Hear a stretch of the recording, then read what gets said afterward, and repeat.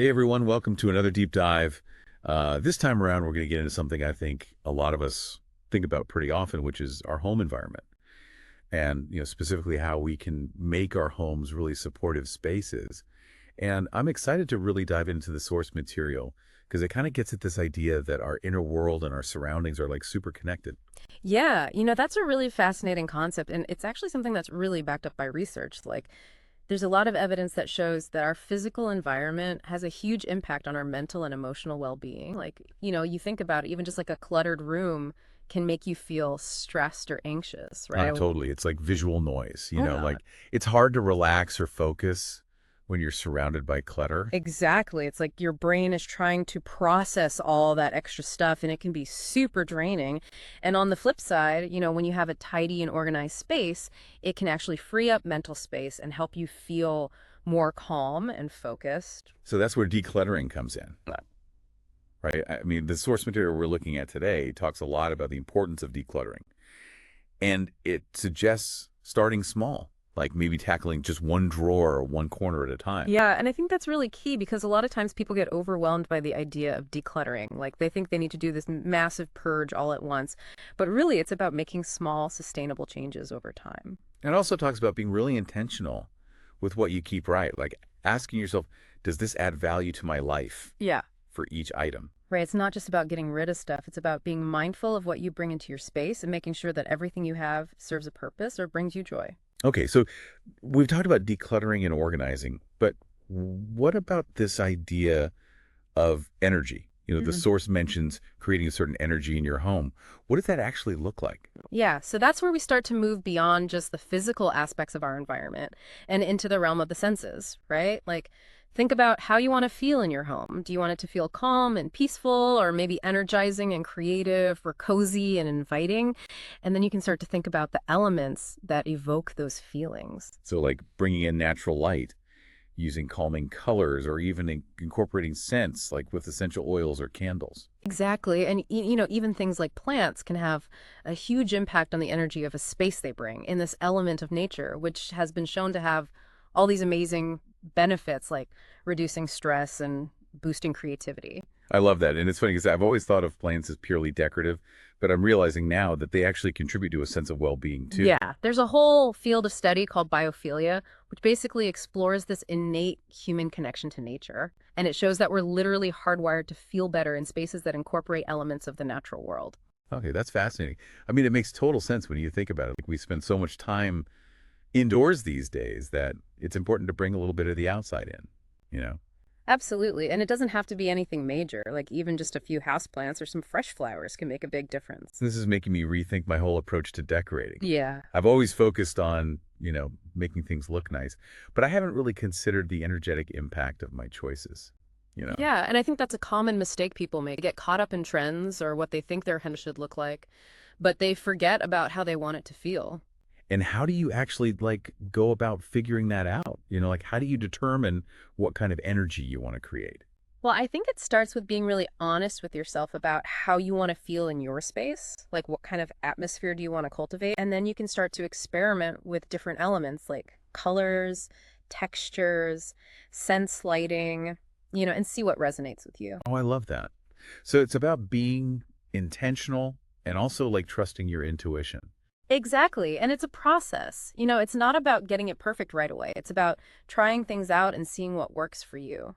This is so interesting because I'm realizing that I haven't really put a lot of conscious thought into the energy of my home. Hmm. I've just kind of accumulated things over time. Yeah, and that's totally normal. I think a lot of us do that. But the cool thing is that we have the power to change it. We can consciously create a home environment that supports our well-being and helps us thrive. So it's about taking ownership of our space Yeah. and making choices that align with our values and our vision for how we want to live. Exactly. It's about creating a home that feels like a true sanctuary, a place where you can relax, recharge, and be your most authentic self. This is all making me think about how our environment can also support our habits and goals. Yeah. The source talks about that too. Oh, yeah, that's a huge part of it. Like, think about it. If you want to eat healthier, but your kitchen is always cluttered with junk food, it's going to be that much harder to resist temptation, right? Oh, totally. Or if you want to exercise more, but you don't have a designated workout space, it's easy to make excuses. Exactly. So it's about setting yourself up for success by creating an environment that supports your desired habits. So it's about making those positive choices the path of least resistance. Mhm. Like if you want to read more, make sure you have a comfy reading spot with good lighting and a stack of books ready to go. Right. Or if you want to meditate, create a quiet corner with a cushion and some candles, whatever it is, make it easy and inviting for yourself. And I bet the same principle applies to relationships too, right? Like creating an environment that fosters connection and communication. Absolutely. The source talks about how important it is to create a sense of emotional safety and support at home, and that starts with things like communication, respect, and shared experiences. This is giving me so much to think about. Mm. I'm excited to dive deeper into all of this, and explore some specific strategies for creating a truly supportive home environment. Me too. I think this is such an important topic, and I'm glad we're having this conversation. It's amazing how even small tweaks to our space can have such a big impact on how we feel and how we function. Yeah, it's like those small changes kind of ripple outwards. They create this positive momentum that can affect all areas of our lives. I'm really intrigued by this idea of creating dedicated spaces for specific activities. The source material touched on that. Oh, yeah, that can be so powerful. Like, for example, if someone wants to meditate more, but they don't have a designated space for it, it's easy to get distracted or just not make time for it. But if you actually set up like a little meditation corner, even if it's just a corner of a room with a cushion and some candles, it sends a signal to your brain that this is a space for stillness and reflection. It's like you're creating a visual cue for yourself, right? Like a reminder of your intention. Exactly. And it can be really helpful to have those kinds of visual reminders throughout your home. Like the source also mentions vision boards, which are basically collages of images and words that represent your goals and aspirations. Oh, yeah, I've heard of those, but I've never actually made one myself. Well, you should try it. It's really fun, and it can be really motivating to have this visual representation of your dreams right in front of you. And the Yeah. key is to put it somewhere where you'll see it every day, like on your fridge or in your bedroom. It's like a daily dose of inspiration, Right. like a reminder of what you're working towards. Exactly. And it can also help to have little reminders of things you're grateful for, like the source talks about keeping a gratitude journal. Oh, yeah, I love that idea. Like just taking a few minutes each day to write down things you're thankful for. Yeah, it's such a simple practice, but it can have such a profound impact on your mindset. It helps you shift your focus towards the positive and appreciate all the good things in your life. It's like training your brain to look for the silver lining, even when things are tough. Exactly. And the source also talks about using affirmations, which are basically positive statements that you repeat to yourself.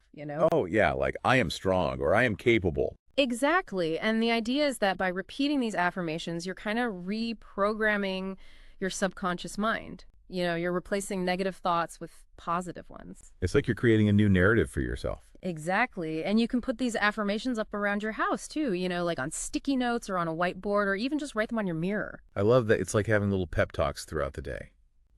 Exactly. It's all about surrounding yourself with positivity and support, and making your home a space that truly nourishes your soul.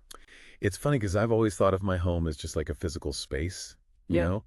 But I'm realizing now that it's so much more than that. It's like an extension of myself. Absolutely. And it's something that we have the power to shape and mold. We can create a home that reflects who we are and who we want to be. This is really making me want to like reassess my own home environment, Yeah. and see where I can make some changes. I think that's a great idea, and it doesn't have to be anything major. Like even just small tweaks can make a big difference. Yeah, I'm feeling inspired to like declutter a little bit and maybe add some plants and, just generally make my space feel more inviting and supportive. I think that's awesome. And remember, it's a journey. It's not about getting it perfect overnight. It's about making gradual changes over time. Yeah. And it's about enjoying the process too, right? Yeah. Like making it fun and creative. Absolutely. And, I think one of the most important things is to just be mindful of how you're feeling in your space, and if something feels off, don't be afraid to change it. So it's about trusting your intuition and honoring your needs. Exactly. And, I think that's really what creating a supportive home environment is all about. It's about creating a space that truly feels like a sanctuary, a place where you can relax, recharge, and be your most authentic self. I love that. And I'm curious, for someone who's feeling a little overwhelmed by all of this, where do you even begin? It can feel like a lot, right? Like, where do you even start? Yeah, I totally get that. It's easy to get overwhelmed. But I always tell people, Just pick one thing, like one small area that you want to focus on. Maybe it's your bedroom or your kitchen, or even just like a cluttered corner that's been bugging you. So like break it down into manageable chunks. Exactly. And choose something that feels exciting to you. Yeah. Like don't make it a chore, make it a fun project. That's a good point. I think I tend to get bogged down in the like shoulds, like I should be doing this or I should be doing that. Yeah, I think we all do that. But it's important to remember that this is about creating a space that supports you and makes you feel good. So it should be a joyful process. Yeah, that's a good reminder. I think I'm going to start with that reading nook we were talking about earlier. Like just carve out a little space for myself where I can relax and read. I love that idea. And remember, it doesn't have to be perfect right away. Just start with the basics and you can always add to it later. Yeah, that's true. I think sometimes I get stuck in the like all or nothing mindset. Yeah, I know what you mean, but it's really about progress, not perfection. This whole deep dive has been so eye-opening. Mhm.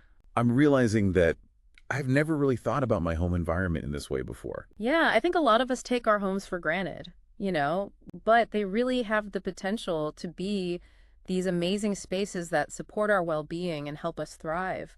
And it's so cool how it all ties back to this idea that our inner world and our outer world are connected.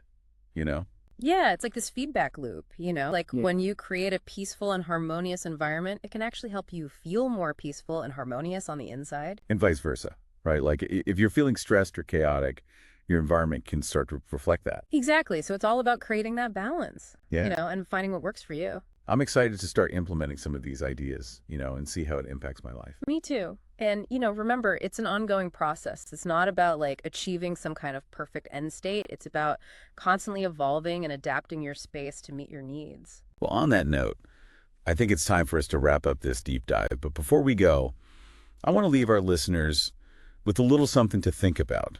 What's one aspect of your home environment that feels least supportive right now? And what's one small step you can take today to start shifting that? Yeah, take a moment to really reflect on that. And remember, even the smallest actions can make a big difference over time.